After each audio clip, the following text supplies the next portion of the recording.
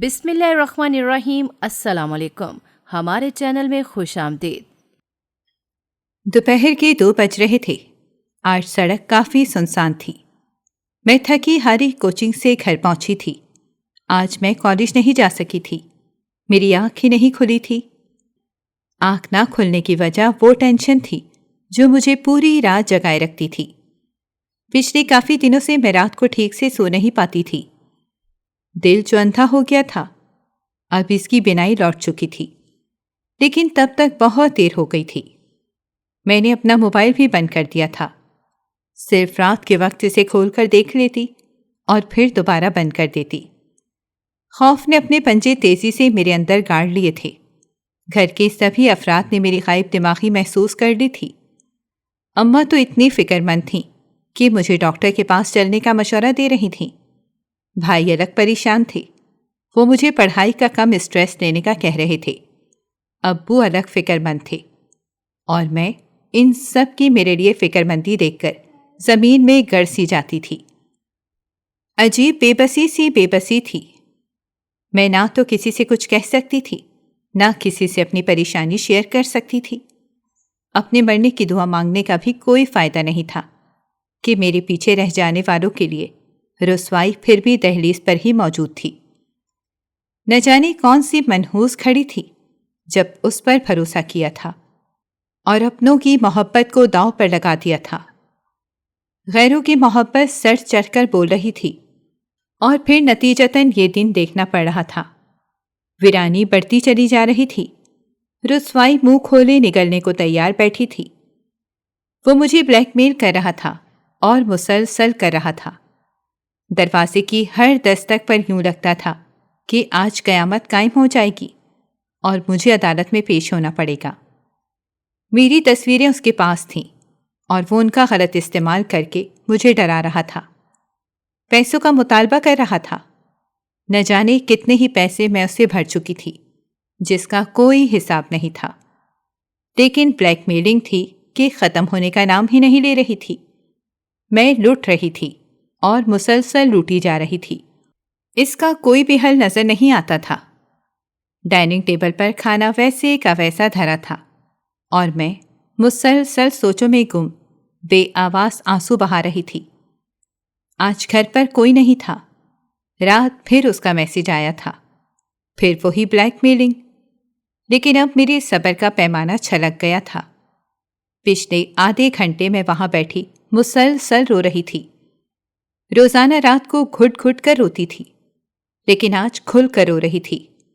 روتے ہوئے آنکھیں سرخ لال اور کان ناک گلابی پڑ گئے تھے، یہاں تک کہ اب گلے نے ساتھ دینے سے بھی صاف انکار کر دیا تھا۔ اللہ کو ہر بار پکارا تھا اور مدد ہوئی تھی۔ اس بار بھی یہی امید لگائے بیٹھی میں نے اللہ کو مدد کے لیے پکارا تھا۔ اسی اثنا میں ڈائننگ ٹیبل کے بالکل سیدھ میں کھڑکی تھی، وہاں سے شور کی آواز بلند ہوئی تھی۔ میں سب کچھ چھوڑ کر شور کی جانب بڑھی۔ نیچے جھانک کر دیکھا تو ہم سے اگلے گھر کا چوکیدار سامنے بیٹھے فقیر کو بری طرح جھڑک رہا تھا۔ اس فقیر کا قصور اس چوکیدار سے کھانا مانگنا تھا۔ وہ منع بھی کر سکتا تھا، لیکن اس نے زور سے جھڑک کر سائل کو ڈانٹا تھا، ساتھ ہی اس کا ہاتھ بھی پیچھے کی طرف جھٹکا تھا۔ میں جو پہلی پہل حد درجہ پریشان تھی۔ یہ منظر دیکھ کر رہا نہ گیا۔ ڈائننگ ٹیبل سے اپنی پلیٹ اٹھائی جو جوں کی توں رکھی ہوئی تھی، ساتھ ہی فریج کھول کر مزید کھانا نکالا اور سیڑھیوں کی طرف بڑھی۔ گیٹ کھولا اور سامنے بیٹھے فقیر کو پلیٹ پکڑائی۔ وہ دیکھ کر حیران رہ گیا۔ اس کی حیرانی مجھے شرمندہ کر گئی تھی۔ وہ تو روز یہاں سائل بن کر آتا تھا، اس کا معمول تھا، لیکن میں نے کبھی مانگنے پر کچھ نہ دیا تھا۔ اس کا کھانا لے کر دعا کے لیے ہاتھ اٹھائے۔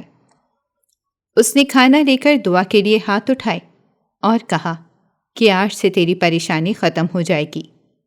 میں اس کے اس قدر پرفیکٹ دعا پر ابھی حیران بھی نہ ہو پائی تھی کہ اس نے مجھ سے کہا کہ جلد ہی مجھے ایک اچھی خبر ملنے والی ہے۔ میں مزید حیران ہوتے ہوئے گھر واپس آ گئی تھی۔ ابھی میں نے سکون کا سانس بھی نہ لیا تھا کہ میرے موبائل کی میسج بیپ بجی تھی۔ میں نے بے دلی سے موبائل اٹھا کر میسج کھولا اور میسج پڑھتے ہی جیسے سکتے میں آ گئی تھی۔ میں شہزادی حوریہ اپنے ماں باپ کی اکلوتی بیٹی ہوں۔ میرے ماں اور باپ نے دن رات اللہ سے دعائیں مانگ مانگ کر مجھے مانگا ہے۔ میرے 4 بھائی ہیں۔ سب سے بڑے زین بھائی، اس کے بعد زوار بھائی، تیسرے نمبر پر دانش بھائی اور چوتھے بھائی کا نام شاہزیب ہے۔ ان سب کی اکلوتی لاڈلی بہن، جس کا نام ماں باپ نے شہزادی اور بھائیوں نے حوریہ رکھا تھا، اس وجہ سے میرا پورا نام شہزادی حوریہ ہے۔ میں بچپن ہی سے شوخ اور چلبلی طبیعت کی مالک ہوں۔ ماں باپ اور بھائیوں کی لاڈلی ہونے کے ساتھ ساتھ ان کی آنکھوں کا تارا ہوں۔ میری ہر خواہش زبان سے آنے سے پہلے ہی پوری ہو جاتی ہے۔ اماں ابا مجھے پڑھا لکھا کر ڈاکٹر بنانا چاہتے ہیں۔ اس مقصد کے لیے انہوں نے شروع سے ہی مجھے اچھے اسکول میں تعلیم دلوائی۔ نہ صرف اسکول بلکہ بہترین ٹیوشن بھی دلوائی۔ میں ہمیشہ کلاس میں ٹاپر رہی ہوں، جس پر بھائیوں سے لا تعداد انعامات بھی وصول کیے تھے۔ میں اگر ذرا سی بیمار پڑتی تو گھر سر پر اٹھا لیا جاتا۔ کوئی قہوہ بناتا تو کوئی دوائی دلواتا، کوئی فروٹ کاٹ دیتا تو کوئی مکمل آرام کرنے کا کہتی۔ ہمارا گھرانہ ایک مثالی گھرانہ تھا، جہاں سب پیار محبت سے رہتے تھے، جہاں لڑکوں سے زیادہ اہمیت و محبت لڑکیوں سے کی جاتی۔ وقت گزرتا گیا، میں نے میٹرک نمایاں نمبروں سے پاس کر لیا۔ امی ابو نے اب مجھے مزید محنت کی تلقین کی۔ وہ دن بھی اب نزدیک آ گیا ہے کہ ان کے خواب کو پایا تکمیل تک پہنچایا جائے۔ اس مقصد کے لیے انہوں نے مجھے شہر کے بہترین کالج میں داخلہ دلوایا تھا۔ یہ کو ایجوکیشن پرائیویٹ ادارہ تھا، جس کی فیس آسمان سے باتیں کرتی تھی، لیکن میرے لیے ماں باپ اور بھائیوں نے یہ قدم اٹھایا تھا اور ایک دن پیار سے اپنے پاس بٹھا کر سمجھایا تھا کہ لڑکی کی عزت سیپ کی موتی کی طرح ہے۔ جتنا زیادہ سیپ میں بند ہوگی اتنی ہی محفوظ ہوگی۔ میں نے انہیں یقین دہانی کروائی تھی کہ ان کا سر کبھی میری وجہ سے جھکنے نہیں پائے گا۔ میرا گھر کالج سے دور پڑتا تھا، لیکن ابو نے یہاں بھی میری سہولت دیکھی اور کالج کے پاس گھر ڈھونڈ لیا۔ اب میرے لیے اور بھی آسانی ہو گئی تھی۔ اب مجھے کافی آسانی رہتی تھی۔ میرے والدین اور بھائی نہیں چاہتے تھے کہ ہماری شہزادی حوریہ وین اور بسوں کے دھکے کھائے۔ میرے جیسا مثالی گھرانہ قسمت والوں کو ہی ملتا ہے، لیکن قسمت والے ہی مثالی گھر کی محبت کو اپنے لیے برقرار رکھ پاتے ہیں۔ کالج میں ہی میری دوستی صرف لڑکیوں تک محدود تھی۔ بہت سی لڑکیاں کام کے علاوہ بھی لڑکوں سے دوستی یاری نبھاتی تھیں، لیکن مجھے سب کچھ بہت ہی زیادہ عجیب لگتا تھا، یہاں تک کہ میری سہیلیاں مجھے اس معاملے میں پینڈو کہہ کر پکارتی تھیں۔ اور واقعی میں اس معاملے میں بالکل پینڈو ہی تو تھی۔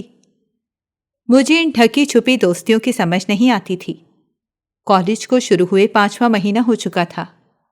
سب کچھ زندگی میں بہترین انداز سے چل رہا تھا۔ کالج گھر سے صرف 5 منٹ کی دوری پر تھا۔ میں جلدی پہنچ جاتی تھی، یعنی 5 منٹ سے بھی پہلے۔ اسی دوران ہمارے کالج میں 2 نئے داخلے ہوئے تھے اور ہماری ہی کلاس میں ہوئے تھے۔ ایک لڑکی تھی جس کا نام مصورہ اور ایک لڑکا تھا جس کا نام صہیب تھا۔ ان کے آنے سے مجھے کالج کے ماحول میں ایک عجیب سی ہلچل محسوس ہوئی تھی۔ ان کے آنے سے کالج کا ماحول آہستہ آہستہ بدلنے لگا۔ نہ جانے مجھے تبدیلی اچھی لگی تھی یا بری، لیکن میں نے یہ تبدیلی محسوس ضرور کی تھی۔ کالج کی ساری لڑکیاں مصورہ کے آگے پیچھے گھومتی تھیں۔ وہ ایک فیشنیبل لڑکی تھی جس کے لمبے بال تھے، جسے وہ کھلا ہی رکھا کرتی تھی۔ اس کی ڈریسنگ بھی اکثر ماڈرن ہی ہوتی تھی۔ اس کی ادائیں بھی نازک انداز تھیں۔ ان سب باتوں سے دوسری لڑکیاں بہت متاثر ہوتی تھیں، لیکن مجھے اپنی حدود معلوم تھی، اسی لیے میں اس سے ذرا دور ہی رہتی تھی۔ دوسری طرف صہیب کا بھی یہی حال تھا۔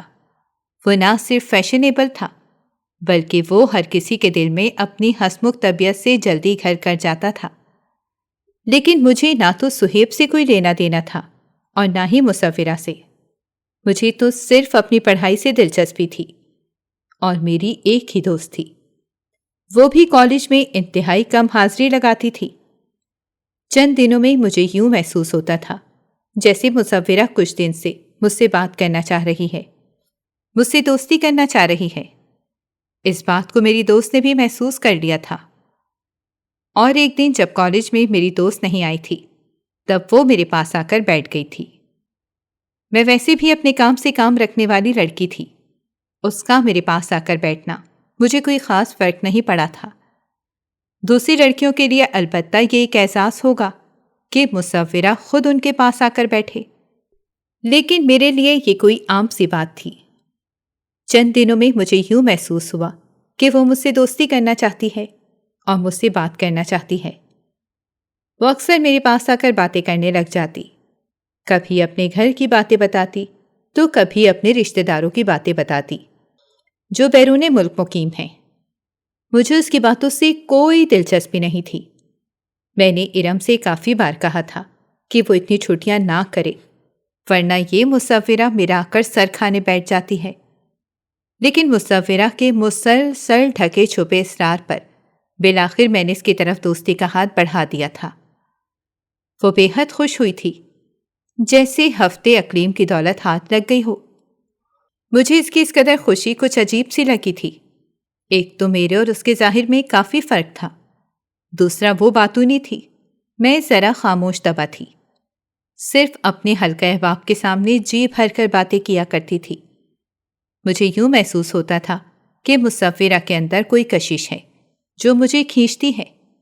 اس نے چند دنوں میں مجھ پر جادو سا کر دیا تھا کہ وہ اگر کالج نہ آتی تو مجھے سکون نہیں آتا تھا۔ اس سے دوستی کو میں نے اپنے گھر والوں سے بھی چھپایا تھا۔ شاید وجہ اس کا ظاہری حلیہ تھا جو میرے گھر اور گھر والوں کے مزاج سے میل نہیں کھاتا تھا۔ ان 20 دنوں کی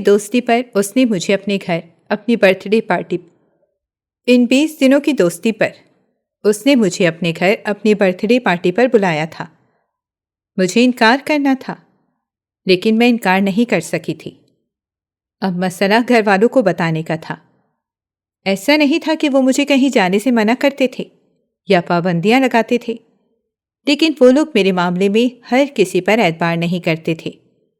اگر میں ارم کے گھر جانے کا کہتی تو وہ لوگ راضی ہو جاتے اور مجھے پک اینڈ ڈراپ کرنے میرے بھائیوں میں سے جو فارغ ہوتا وہ یہ ڈیوٹی بخوشی نبھاتا۔ لیکن یہاں تو مسئلہ ہی یہی تھا کہ مصورہ کا انہیں کچھ علم ہی نہیں تھا۔ دوسرا برتھ ڈے پارٹی بھی لیٹ نائٹ تھی۔ میں نے بہانہ سوچا اور سر کے بھائی کی منگنی کا کہہ کر مصورہ کے گھر جانے کا پلان بنایا۔ پک اینڈ ڈراپ کے سوال پر میں نے ارم کی امی کا نام دے دیا تھا۔ یہ پہلا جھوٹ تھا جو مجھے اپنے گھر والوں سے بولنا پڑا تھا، اور مجھے نہیں پتا تھا کہ یہ پہلا جھوٹ آخری جھوٹ نہیں ہوگا۔ مجھے آگے زندگی میں اور بھی جھوٹ بولنے پڑ جائیں گے اور میری زندگی عذاب بن جائے گی۔ مصورہ کی پارٹی میں پہنچتے ہی اپنا آپ غیر آرام دہ محسوس ہوا تھا۔ وہاں پر ہر کوئی ویسٹرن لباس میں ملبوس تھا اور میں ایسٹرن لباس میں۔ پہلا حیرانی کا جھٹکا مجھے تب لگا جب میں نے سہیب کو بھی اسی برتھ ڈے پارٹی میں دیکھا تھا۔ اسے دیکھ کر میں نے مصورہ سے پوچھا تھا، جس پر اس نے مجھے بتایا تھا کہ سہیب اس کا کزن ہے۔ Birth day party dance party میں بدل رہی تھی اور میری گھبراہٹ بڑھ رہی تھی۔ میں ایک سائڈ سے نکل کر گھر جانا چاہتی تھی، لیکن تبھی مصورہ نے میرا ہاتھ کھینچ کر مجھے ناچتے تھرکتے جسموں کے درمیان لا کھڑا کیا تھا۔ مرد و زن سب ساتھ شامل تھے۔ مجھے بہت ہی زیادہ عجیب محسوس ہو رہا تھا۔ میرا دل چاہ رہا تھا کہ میں یہاں سے بھاگ جاؤں۔ اونچی بجتی میوزک کے دوران میں نے مصورہ کے کان میں جانے کا کہا تھا، جس پر اس نے مذاق اڑانے والے انداز میں مجھے چائے کہا تھا اور دوبارہ ناشتے میں مگن ہو گئی تھی۔ گھر سے باہر نکلتے ہی میں نے ٹیکسی کروانے کے لیے موبائل نکالا تھا۔ گھر کے بیرونی دروازے کے قریب ایک سایہ نظر آیا تھا جو سگریٹ سلگا رہا تھا۔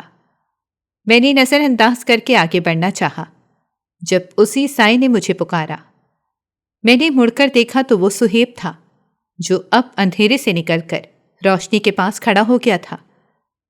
اس نے مجھ سے جلدی جانے کی وجہ پوچھی اور ڈراپ کرنے کی آفر بھی دی۔ مجھے ناگوار گزرا تھا۔ میں نے فوراً سے منع کیا اور آگے بڑھی ہی تھی کہ اس نے پھر سے مجھے آواز دے کر روکا اور سوری کیا۔ وہ سمجھ گیا تھا کہ مجھے برا لگا ہے۔ وہ مجھے پہچانتا تھا۔ کالج میں پڑھائی کے حوالے سے میں ٹاپر تھی، اسی لیے ہر کوئی مجھے جانتا تھا، لیکن سہیب جیسے شخص کے منہ سے اپنا تعارف سننا مجھے عجیب لگا تھا۔ میں سمجھ نہیں پائی تھی کہ مجھے اچھا لگا ہے یا برا۔ میری ٹیکسی آ گئی تھی، میں اس میں بیٹھ کر ارم کے گھر کی طرف چلنے کو کہا تھا۔ میں نے گھر والوں سے جھوٹ بولا تھا۔ اب ارم کے گھر کے قریب اتر کر میرا ارادہ اپنے بھائی کو بلانے کا تھا۔ نہ جانے کیوں آج کی پارٹی نے میرا موڈ خراب کر دیا تھا۔ گھر آتے ہی میں نیند کی وادی میں گم ہو گئی تھی۔ اگلی صبح کالج جاتے ہوئے میرا مصورہ سے بات کرنے کا کوئی ارادہ نہیں تھا۔ اسے میرے مزاج کی اچھی طرح خبر تھی، پھر کیوں اس نے مجھے اس پارٹی میں بلایا تھا؟ اگر وہ مجھے ذرا برابر بھی اشارہ دے دیتی کہ وہ برتھ ڈے پارٹی کم اور مخلوط ڈانس پارٹی زیادہ ہوگی تو میں کبھی بھی نہ جاتی۔ انہی سوچوں میں گھری میں کالج کے گیٹ کے پاس رکی تھی کہ مجھے وہاں ایک فقیر بیٹھا نظر آیا تھا۔ ایک نظر اسے دیکھ کر مجھے یوں محسوس ہوا تھا جیسے میں نے اسے کہیں دیکھ رکھا ہو، لیکن پھر اگلے ہی لمحے میں سر چھٹک کر جیب سے 100 کا نوٹ نکالا تھا اور اس کی طرف بڑھائے تھے۔ اس نے بلا تعامل وہ نوٹ پکڑ کر مسکراتی آنکھوں سے مجھے دیکھا تھا۔ جواباً میں بھی مسکرائی تھی، اندر کی طرف بڑھ گئی تھی۔ آج مصورہ غیر حاضر تھی اور میں نے سکون کا سانس لیا تھا۔ مصورہ سے دوستی میری غلطی تھی، میں اسے پسند نہیں کرتی تھی، لیکن نہ جانے اس لڑکی کو کون سا جادو آتا تھا کہ وہ پاس آ جاتی تو پھر اس سے ناراض نہیں رہا جاتا تھا۔ آج کافی عرصے بعد ارم تشریف لائی تھی۔ میں نے اسے مصورہ کے گھر ہونے والی ساری سٹوری سنائی تھی۔ اسے کچھ بھی عجیب نہیں لگا تھا، بقول اس کے جس گھرانے سے وہ تعلق رکھتی ہے وہاں یہ سب بہت عام ہے۔ ارم کی وضاحت سے میرے دل مصورہ کے لیے باقی رہ جانے والا غصہ بھی جاتا رہا تھا۔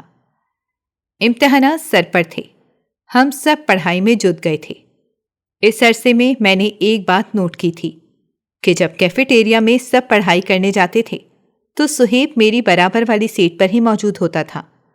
ایک دو بار تو میں نے وہم سمجھا تھا، لیکن جب بار بار یہ حرکت ہونے لگی تو مجھ سے رہا نہ گیا اور میں نے اپنی سیٹ چینج کر لی تھی۔ اس بات پر میں نے سہیب کو زیر لب کچھ کہتے سنا تھا۔ آدھا گھنٹہ وہاں پڑھائی کرنے کے بعد جب سب جا چکے تھے، آپ بور نہیں ہوتی پڑھائی کر کر کے؟ مسکراتی ہوئی آواز میری سماعتوں سے ٹکرائی اور میں نے سر اٹھا کر دیکھا۔ سہیب مسکرا کر میری جانب دیکھ رہا تھا۔ اس کی مسکراہٹ بہت پیاری تھی۔ میرے دل نے اعتراف کیا تھا۔ میں نے کوئی جواب دیے بنا کتابیں سمیٹی اور جانے لگی۔ وہ میرے ساتھ ساتھ چلنے لگا۔ آپ کو کوئی بات بری لگی تو آئی ایم سوری، پر آپ اتنی سیریس کیوں رہتی ہیں؟ میں نے جواب دینا مناسب نہ سمجھا اور تیز تیز قدم اٹھاتی آگے بڑھ گئی۔ مجھے اپنے پیچھے سہیب کی مسکراہٹ محسوس ہوئی تھی۔ آج نہ جانے کیوں مجھے وہ برا نہیں لگا تھا۔ شاید یہ عمر ہی ایسی ہوتی ہے کہ کوئی ذرا ہنس کے دیکھ لے یا ذرا سا مسکرا دے تو دل خود ہی خیالات بننے بیٹھ جاتا ہے۔ اگلے دن مصورہ موجود تھی۔ وہ سب سے پہلے میرے پاس آئی تھی اور گلے لگ گئی تھی۔ اس کی اس اپنائیت پر ساتھ بیٹھی لڑکیوں نے شہزادی حوریہ یعنی مجھے رشک بھری نگاہوں سے دیکھا تھا۔ باتوں باتوں میں اس نے مجھ سے سرسری طور پر سہیب کا ذکر کیا تھا۔ میں نے بات گول کر لی تھی، لیکن دل میں ایک عجیب سی ہلچل محسوس ہوئی تھی۔ اگلے دن اسائنمنٹ جمع کروانی تھیں اور انتہائی ضروری اسائنمنٹ تھیں۔ میں صبح جلدی کالج آ گئی تھی تاکہ سب سے پہلے اپنی اسائنمنٹ جمع کروا سکوں، لیکن جب جمع کروانے کی باری آئی تو میرا دل بند ہونے لگتا۔ میری اسائنمنٹ بیگ میں نہیں تھی۔ ہر جگہ ڈھونڈا لیکن کہیں نہیں تھی۔ سر انتہائی سخت تھے۔ میں روحانسی ہو گئی تھی۔ مصورہ اور ارم میری حالت دیکھ کر افسردہ تھیں۔ میں نے کالج کے باہر جا کر بھی دیکھا تھا، لیکن وہاں وہ فقیر موجود تھا جو اس دن مجھے ملا تھا۔ اسائنمنٹ کا نام و نشان تک نہیں تھا۔ اب تو سب نے جمع کروا دی تھی اور میں رہ گئی تھی۔ میں نے باقاعدہ رونا شروع کیا ہی تھا کہ میرے آگے کسی نے پیپرز لہرائے تھے۔ میں نے سر اٹھا کر دیکھا تو وہاں سہیب تھا اور وہ میری اسائنمنٹ تھی۔ مجھے شدید غصہ آیا تھا۔ میں ہر جگہ ڈھونڈ رہی تھی اور سہیب اپنے ہاتھ میں لے کر گھوم رہا تھا۔ میں نے غصے سے اس سے اسائنمنٹ کے پیپرز لیے اور باتیں کیے بغیر جمع کروا کر کلاس میں آ گئی تھی۔ کلاس میں آتے ہی اسے سب کے سامنے کھری کھری سنا دی تھی۔ غصے نے مجھے اندھا کر دیا تھا۔ مجھے پتہ ہی نہیں چل سکا تھا وہ اسائنمنٹ سہیب کے پاس نہیں تھی، بلکہ اس نے ہی اسے ڈھونڈا تھا۔ اگلے دن یہ ساری کہانی مجھے مصورہ سے سننے کو ملی تھی۔ ساتھ ساتھ اس نے مجھے یہ بھی کہا تھا کہ بقول سہیب کے تم ایک انتہائی مشکل لڑکی ہو۔ میرا شرمندگی سے برا حال تھا۔ میں اس سے معافی مانگنا چاہتی تھی، لیکن کس منہ سے مانگتی؟ معافی مانگنا میرے لیے سب سے مشکل کام تھا۔ اپنی پوری ہمت جمع کر کے میں نے اسے اکیلے کھڑا دیکھ کر سوری کہا تھا۔ پہلے تو اسے یقین نہیں ہوا تھا، پھر وہ مسکرایا تھا اور میں اس کی مسکراہٹ میں کھو گئی تھی۔ جان لیوا مسکراہٹ تھی۔ مجھے پتا تھا تمہارا غصہ ٹھنڈا ہوگا تو تمہیں تمہاری غلطی کا اندازہ ہوگا، اور دیکھو واقعی اچھی لڑکیاں کسی کا دل نہیں توڑا کرتی۔ ویسے یہ آخری بات اس نے قدرے جھک کر میرے کان کے پاس کہی تھی اور میں شرما کر وہاں سے چلی آئی تھی۔ کالج سے باہر کے راستے پر کھڑے فقیر نے یہ منظر دیکھا تھا اور افسوس میں سر ہلایا تھا۔ مصورہ نے مجھے سے ہنس کر باتیں کرتا دیکھ کر دال میں کچھ کالا ہونے کا اشارہ کیا تھا اور میری مسکراہٹ گہری ہوتی گئی تھی۔ مجھے سہیب سے محبت ہو رہی تھی اور شاید سہیب کو بھی مجھ سے۔ ابھی فی الحال یہ اندازہ کرنا مشکل تھا کہ اس کے دل میں میرے لیے کیا احساسات ہیں، وہ میرے بارے میں کیا سوچتا ہے، لیکن مجھے یہ ضرور پتا تھا کہ دل کو دل سے راہ ہوتی ہے۔ جلد ہی یہ معاملہ بھی مجھ پر کھل گیا کہ سہیب کے دل میں کیا ہے۔ پیپرز قریب تھے اور میں طبیعت کی خرابی کی وجہ سے کالج نہیں جا سکی تھی۔ ابھی میں نے ناشتہ کیا ہی تھا کہ میرا فون بجا تھا۔ فون اماں نے اٹھایا تھا، لیکن دوسری طرف سے کسی نے کوئی جواب نہیں دیا تھا۔ اماں ہیلو ہیلو کرتی رہ گئیں۔ مجھ پر نکاحت طاری تھی۔ اپنا موبائل لے کر میں کمرے میں آ گئی۔ فون دوبارہ بجا تھا۔ میں نے بے دلی سے اٹھایا تھا۔ کوئی انجان نمبر تھا۔ ہیلو کہتے ہی دوسری طرف سہیب تھا۔ میری چاروں طرف جل ترنگ بجنے لگے۔ سہیب کی آواز سنتے ہی میری بیماری ٹھیک ہو گئی۔ دوسری طرف وہ پریشان تھا، میری خیریت دریافت کر رہا تھا۔ مجھے یقین ہو گیا تھا کہ وہ مجھ سے محبت کرتا ہے۔ اس نے اپنے اس فعل سے مجھے بتا دیا تھا۔ اگلے دن میں کالج جانے کے لیے تیار تھی۔ اماں فکر مند تھیں، جانے سے منع کر رہی تھیں، لیکن میں باضد تھی۔ مجھے سہیب کے دیدار سے خوشی ملنے والی تھی، میں اسے کیسے جانے دے سکتی تھی؟ ابھی میں گیٹ پر ہی تھی کہ مجھے کسی نے آواز دے کر پکارا تھا۔ میں مڑی تھی اور نظر کو چین آیا تھا۔ وہ سہیب تھا، شاید میرا ہی انتظار کر رہا تھا۔ میرے قریب آتے ہی مجھ سے میری طبیعت پوچھی تھی۔ میں اسے کیا بتاتی کہ اسے دیکھتے ہی میں ٹھیک ہو گئی ہوں۔ اس نے جیب سے 100 کا نوٹ نکالا تھا اور کالج کے پاس بیٹھے فقیر کو دے دیا تھا۔ فقیر پیسے دیکھتے ہی عجیب سی ہنسی ہنستا تھا اور ہنستا ہی چلا گیا تھا، یہاں تک کہ اس کی آنکھوں سے پانی بہنے لگا تھا۔ سب مایا ہے، سب مایا ہے۔ آنکھیں کھول، دل کھول، سب سمجھ آئے گا۔ مجھے فقیر کا انداز عجیب لگا تھا، کچھ تھا جو صحیح نہیں تھا۔ سہیب نے مجھے اندر چلنے کا اشارہ کیا تھا۔ فقیر کی آواز نے دور تک ہم دونوں کا پیچھا کیا تھا۔ مجھے سہیب کے ساتھ دیکھ کر مصورہ نے سیٹی بجائی تھی۔ میں جھینپ گئی تھی۔ ہمارے کالج گروپ میں اب ہماری دوستی مشہور ہوئی تھی۔ میں اس حسین خواب کے پیچھے اپنے باپ کی نصیحت بھول گئی تھی، اپنے بھائیوں کا یقین ٹوٹنے کے قریب لا چکی تھی، ان کی شفقت کو مٹی میں ملا رہی تھی۔ میں کیا کرنے جا رہی تھی؟ میں خود بے خبر تھی۔ کاش کہ مجھے ہوش آ جاتا، کاش کہ میں آنکھیں کھول لیتی، کاش کہ میں دل کے اندھے پن کا شکار نہ ہوتی۔ اے کاش! یہ کاش بس کاش ہی رہتا ہے اور ہم آہ بھرتے رہ جاتے ہیں۔ کاش میں اپنے والد کی نصیحت کو یاد رکھتی، کاش میں اپنی ماں کا معصوم اعتماد بھرا چہرہ نہ مسخ کرتی، کاش میں اپنے مقصد پر توجہ دیتی۔ میں ہوش و خرد سے بیگانہ ہو چکی تھی اور مجھے معلوم ہی نہیں ہو سکا میں کس ڈگر پر چل پڑی ہوں۔ میڈیکل کا پہلا پیپر تھا اور مجھے دل لگا کر پڑھنا تھا۔ پہلا پیپر اچھے سے ہو گیا تھا، اب دوسرے پیپر کی تیاری تھی۔ لیکن کیا کیا جائے اس دل کا کہ وہ موبائل کی طرف لگا رہتا تھا۔ مجھے سہیب کے میسج کا انتظار رہتا تھا۔ میری بے چینی میری ماں نے بھی نوٹ کر لی تھی۔ ماں تو اولاد کی رگ رگ سے واقف ہوتی ہے۔ یہ اولاد ہی ہوتی ہے جو ہر چیز چھپا کر سب اوکے ہے کی رپورٹ دیتی ہے۔ میں شہزادی حوریہ، جسے سب نے واقعی ہی شہزادیوں کی طرح رکھا ہوا تھا، اپنوں کی آنکھوں میں مٹی جھونک کر ان کو واقعی میں اندھا ثابت کر دیا تھا۔ دوسرے پیپر سے فارغ ہو کر میں وین کا انتظار کر رہی تھی۔ شاید وین کہیں ٹریفک میں پھنس گئی تھی۔ اتنی دیر میں سہیب کی گاڑی مجھے دکھائی دی تھی۔ وہ میری طرف ہی آ رہا تھا۔ میری لاکھ منع کرنے کے باوجود اس نے مجھے گھر چھوڑنے کی آفر دی تھی۔ میں گاڑی میں بیک سیٹ پر بیٹھ تو گئی تھی، لیکن دل میں لاکھ اندیشوں نے سر اٹھایا تھا۔ اس نے گاڑی ایک کیفے کے باہر روکی تھی۔ اس نے کہا تھا کہ کافی پی کر فریش ہو جاتے ہیں، پھر گھر چھوڑ دوں گا۔ اس کی نظروں میں اتنی اپنائیت تھی کہ میں انکار نہیں کر سکی تھی۔ نہ جانے کون سی مقناطیسی طاقت تھی جو مجھے چپ رہنے پر مجبور کر رہی تھی۔ میں کسی ٹرانس کی کیفیت میں اس کے پیچھے چلی آئی تھی۔ کیفے میں داخل ہوتے وقت مجھے یوں لگا تھا جیسے کوئی دور کھڑا ہمیں گھور رہا ہو۔ میں نے تلاش میں نظریں دوڑائیں تو کیفے کی دیوار کی اوٹ میں کوئی سایہ گم ہوتا نظر آیا۔ مل گجے سلیٹی رنگ کے کپڑوں سے مجھے کالج کے گیٹ والا فقیر یاد آیا تھا۔ میرا فہم بھی ہو سکتا ہے۔ میں نے سر جھٹکا اور سہیب کے ساتھ آ گئی۔ اس نے نسبتاً کونے والی سیٹ منتخب کی تھی۔ میں نروس سی ہاتھوں کی انگلیاں چٹکا رہی تھی۔ اچانک اس نے میرا ہاتھ اپنے ہاتھوں میں لے لیا تھا۔ میں نے ہاتھ کھینچ کر پیچھے کرنا چاہا، لیکن اس نے گرفت مضبوط رکھی۔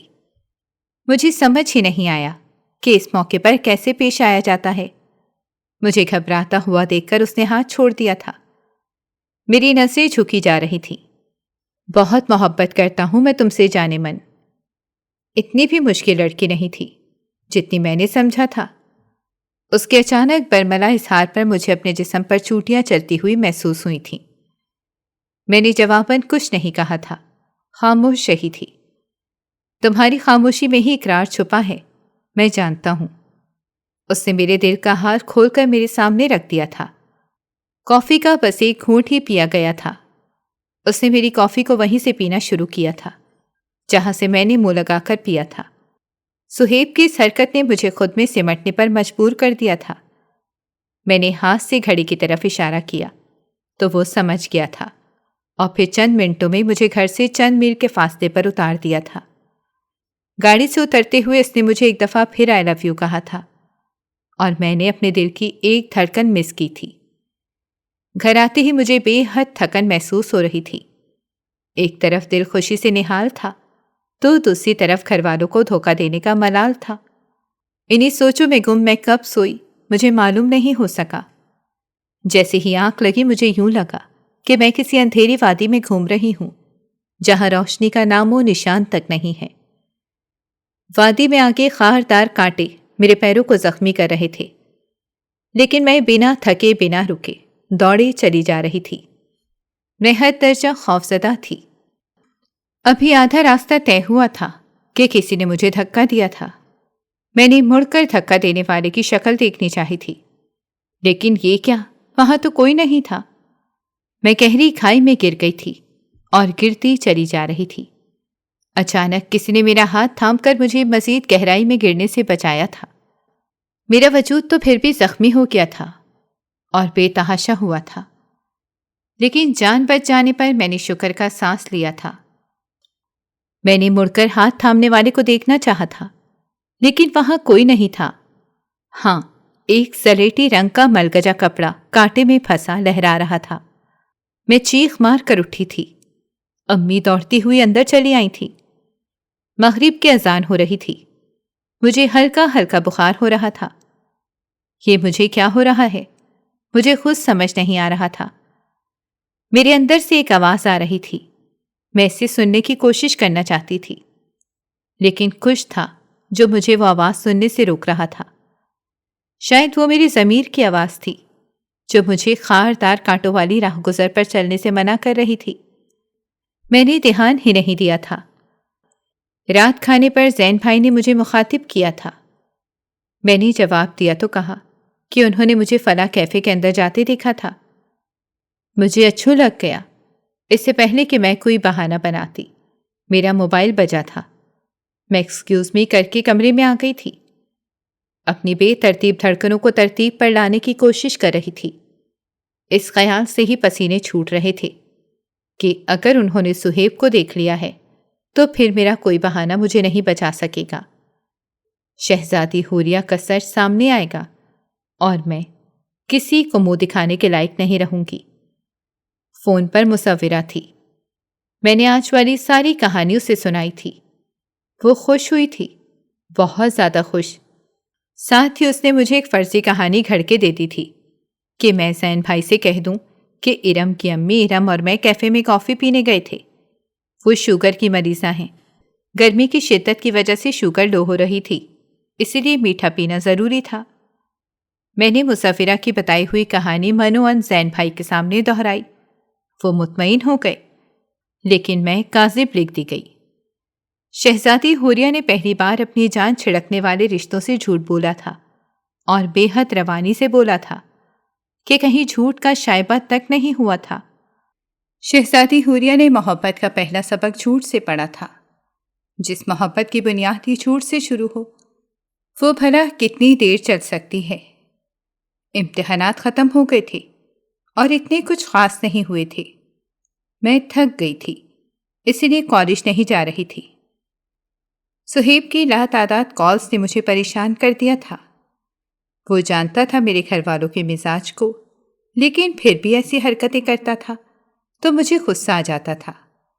اماں ابا مجھ سے پوچھا کرتے کہ میں کالج کیوں نہیں جا رہی، لیکن میں ان سے کیا کہتی کہ سہیب کی بولتی آنکھیں مجھے بے چین کرتی ہیں، میں ان کا سامنا نہیں کر سکتی۔ میں نے ارم سے بھی ہر بات چھپائی تھی۔ ہاں، پتہ نہیں کیوں میں ہر بات مصورہ کو بتاتی تھی۔ یہی وجہ تھی کہ ارم اب مجھ سے کھچی کھچی رہتی تھی۔ بقول اماں کی مجھے بہت بری نظر لگی تھی، لیکن میں انہیں کیا بتاتی کہ میں جس راہ کی مسافر ہوں وہاں یہ سب ہونا بہت نارمل سی بات ہے۔ پورے 15 دن بعد میں کالج گئی تھی اور جاتے ہی سہیب سے ملاقات ہوئی تھی۔ اس کی بڑی ہوئی شیف دیکھ کر مجھے بہت برا لگا تھا۔ اس کو یہ سزا میں نے دی تھی۔ کیوں دی تھی یہ میں خود بھی نہیں جانتی تھی۔ اسے دیکھ کر میری آنکھوں میں آنسو آ گئے تھے۔ درد دے کر رونے کا کیا معنی ہے؟ وہ مسکرا کر بولا تھا، اور میں حسب معمول اس کی ایک مسکراہٹ پر سب کچھ بھول جایا کرتی تھی۔ ہم سب کلاسز لینے کے بعد کیفیٹیریا میں تھے جب مصورہ نے سہیب کی برتھ ڈے کا اعلان کیا تھا اور سب کو انویٹیشن دیا تھا۔ مجھے بھی دعوت دی تھی، لیکن میں کس طرح جا سکتی تھی؟ ان دونوں نے اس کا انتظام بھی کر لیا تھا۔ مصورہ کارڈ لے کر میرے گھر آئی تھی اور امی سے ملی تھی۔ امی تو میری اس نئی دوست پر حیران تھیں، اور اس سے زیادہ اس بات پر کہ میں نے نئی دوست بنائی اور انہیں بے خبر رکھا تھا۔ وہ مان تو گئی تھیں، لیکن شاید اندر ہی اندر مجھ سے خفا تھیں۔ میں نے انہیں بتایا تھا کہ مصورہ خود ہی مجھے اپنا دوست کہتی ہے۔ میری دوستی تو ارم سے زیادہ ہے۔ میرے کہنے پر میری سادہ دل ماں مطمئن ہو گئی تھی۔ میرے جھوٹوں میں ایک اور جھوٹ کا اضافہ ہوا تھا۔ انہوں نے مجھے جانے کی اجازت دے دی تھی۔ ان کا کہنا تھا کہ جب کوئی اتنے پیار سے بلائے تو دل نہیں توڑتے۔ دوسرے دن کلاس لینے کے بعد میں کالج میں ہی تیار ہو گئی تھی اور وہیں سے مصورہ، نادرہ اور سہیب کے ساتھ گاڑی میں بیٹھ کر چلی گئی تھی۔ شام کے 5 بجے ہم سہیب کے گھر پہنچے تھے۔ مجھے تیار ہوتا دیکھ کر سہیب نے نظر بھر کر دیکھا تھا۔ بالکل شہزادی لگ رہی ہو، اس نے میری تعریف کی تو میں نے خود کو ہواؤں میں اڑتا محسوس کیا تھا، یہ سوچے بغیر کہ یہ تو شیطان کا پہلا وار تھا جس میں وہ کامیاب ہوا تھا۔ گھر آتے ہی مجھے عجیب سا احساس ہوا تھا، کیونکہ وہاں کوئی ارینجمنٹس نہیں تھے، بلکہ مجھے تو کوئی مہمان بھی نظر نہیں آیا تھا۔ میرے پوچھنے پر سہیب نے کہا تھا کہ ارینجمنٹ ہم دونوں نے مل کر کرنے ہیں۔ نادرہ اور مصورہ نہ جانے کہاں غائب ہو گئی تھیں۔ مجھے گھبراہٹ سی محسوس ہوئی تھی۔ وہ لوگ کیک کا آرڈر ریسیو کرنے گئی ہیں، سہیب نے مجھے مطمئن کر دیا اور کمرے میں لے جا کر بٹھا دیا۔ میں جوس بھجواتا ہوں، تم پیو، پھر تیاریاں کرتے ہیں۔ وہ کمرہ کھلا چھوڑ کر چلا گیا تھا۔ اتنے میں ملازمہ جوس لے کر آئی تھی۔ اسے یہ پتہ نہیں تھا کہ میں اورنج جوس پسند نہیں کرتی، لیکن میں نے پھر بھی اس کا دل رکھنے کے لیے ملازمہ سے جوس لے کر 1-2 سپ لے لیے تھے۔ تھوڑی دیر بعد مجھے اپنا سر بھاری ہوتا محسوس ہوا تھا۔ اس سے پہلے کہ میں کسی کو آوازیں دیتی، مجھے سہیب اپنی جانب بڑھتا دکھائی دیا۔ میں نے اسے بتایا کہ مجھے عجیب چکر سے آ رہے ہیں۔ اس نے مجھے ریلیکس ہونے کو کہا اور بیڈ پر لیٹ جانے کو کہا، لیکن میں ایک جھٹکے سے اٹھ بیٹھی۔ اس کا لہجہ مجھے عجیب سا محسوس ہوا تھا۔ میں نے خنودگی میں مصورہ اور نادرہ کو آواز لگانی چاہی، لیکن وہاں کوئی نہیں تھا۔ سہیب نے مجھے باہوں میں جکڑ لیا تھا۔ میرا دوپٹہ زمین پر گر گیا تھا۔ میں نے اس سے اپنا آپ چھڑانا چاہا، لیکن میری طبیعت میرا بالکل ساتھ نہیں دے رہی تھی۔ سہیب نے میری کمر کے گرد بازو حائل کر کے مجھے سہارا دینا چاہا۔ کچھ نہیں ہوا شہزادی، تم ریلیکس ہو جاؤ، میں ڈاکٹر کو بلاتا ہوں۔ وہ مجھے تسلی ہی دے رہا تھا، لیکن میرے جسم پر اپنے ہاتھ بھی پھیر رہا تھا۔ مجھے کچھ سمجھ نہیں آ رہا تھا۔ میں ہوش و خرش سے بیگانہ ہو گئی تھی۔ بے ہوش ہوتے ہوئے میں نے سہیب کی چیخ سنی تھی، اور پھر جب آنکھ کھلی تو خود کو ایک اندھیرے کمرے میں پایا تھا۔ حواس بحال کرنے پر پتہ چلا کہ وہ اندھیرا کمرہ نہیں بلکہ گاڑی کی ڈگی ہے۔ میں نے زور دے کر اسے کھولنا چاہا۔ گاڑی ایک جھٹکے سے رکی۔ کوئی سیٹ کھول کر آگے کو اترا تھا۔ پھر ڈگی کھلی تھی اور مجھے باہر نکالا تھا۔ وہ جو کوئی بھی تھا اس نے ماسک پہنا تھا۔ میرا حلیہ درست کر کے اس نے مجھے گھر چھوڑا تھا اور صرف 2 لفظ کہے تھے کہ گھبرانے کی بات نہیں ہے، کچھ برا نہیں ہوا۔ میں کچھ سمجھ نہیں پائی تھی۔ سر ابھی بھی نیم خنودگی کی کیفیت میں تھا۔ مجھے کچھ یاد نہیں تھا کہ میرے ساتھ کیا ہوا تھا۔ یاد تھے تو اس اجنبی کے آخری الفاظ۔ گھر پہنچی تو اماں انتظار میں تھیں۔ مجھے کھانا دیا تھا اور تقریب کے بارے میں پوچھنے لگی تھی۔ ان کے پوچھتے ہی مجھے سب کچھ پوری جزیات کے ساتھ یاد آ گیا تھا۔ مجھے خود سے گھن آنے لگی تھی۔ میں انہیں کیا بتاتی کہ ان کی گھر کی عزت کو آج کوئی داغدار کرنے جا رہا تھا، لیکن وہ اپنے مقصد میں کامیاب نہیں ہوا تھا۔ میں نے بامشکل 1 2 والے حلق سے اتارے اور واش روم میں وضو کرنے چلی آئی۔ دروازہ بند کرتے ہی میں گرتی چلی گئی اور دھاڑے مار مار کر رونے لگی۔ نلکے کی آواز سے بھی اونچی آواز ہو جاتی تو میں اپنی آواز کا گلا دبا دیتی۔ مجھے شکست فاش ہوئی تھی۔ میں نے کیسے اس شخص پر یقین کر لیا تھا؟ میں کیا تھی اور ان چند مہینوں میں کیا ہو گئی تھی؟ مجھے اللہ بھول گیا تھا۔ مجھے ماں باپ یاد نہیں رہے تھے۔ میں نے شیطان کو دوست بنا لیا تھا۔ میں نے کیا کر دیا تھا؟ جو کچھ بھی کمایا تھا میں نے اپنے ہاتھوں سے کمایا تھا، اور اب پچھتا رہی تھی۔ مجھے اس فقیر کی بات یاد آ گئی تھی۔ مجھے خواب میں اشارہ دیا گیا تھا۔ مجھے قدرت سارے اشارے دے رہی تھی، لیکن میں نے سب کچھ نظر انداز کر دیا تھا۔ میں اندھی ہو گئی تھی۔ میرا دل اندھا ہو گیا تھا۔ میں نے سب کچھ خاک میں ملا دیا تھا۔ نہ میں سہیب سے ملتی، نہ اسے حوصلہ دیتی، نہ مصورہ کی دوستی قبول کرتی، اور نہ یہ سب ہوتا۔ آدھے گھنٹے تک میں واش روم کے فرش پر لیٹی زارو قطار ہو رہی تھی۔ مجھے سمجھ نہیں آ رہا تھا کہ میں کس کس کا ماتم کروں، کس کس کا غم کروں۔ اپنی محبت کے مر جانے کا کہ جس کی کوپل ابھی کھلی ہی تھی، یا پھر اپنے ماں باپ کی آنکھوں میں دھول جھونکنے کا کہ جس نے مجھے اس مقام پر لا کھڑا کیا تھا۔ میں بجھ گئی تھی، جل کر خاک ہو گئی تھی، زرد ہو گئی تھی۔ کئی دن گزر گئے تھے، نہ کسی کا فون آیا تھا، نہ کسی کا میسج۔